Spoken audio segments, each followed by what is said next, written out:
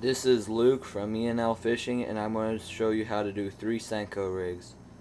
Here's the first, just the normal Texas rig. Take this, go through there.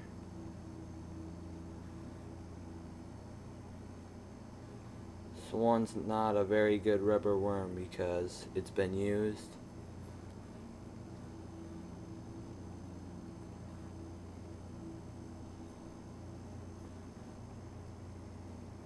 This will be your best weedless rig for Senko style.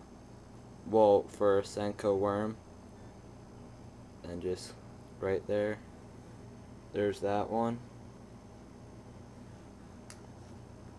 And now here's the weighted one with jig head, with a jig. Go right through here, come back, go right here, and then it should go like this.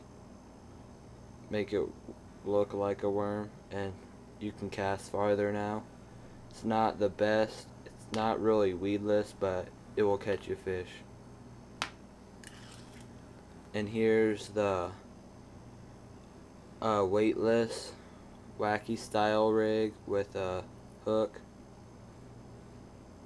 and you still can cast far with these because Senkos are probably one of the heaviest worms there are, but it still has good action.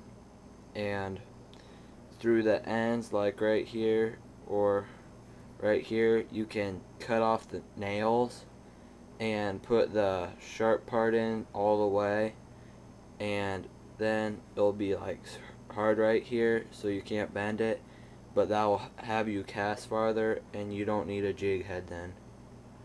Thanks for watching E&L Fishing Senko style.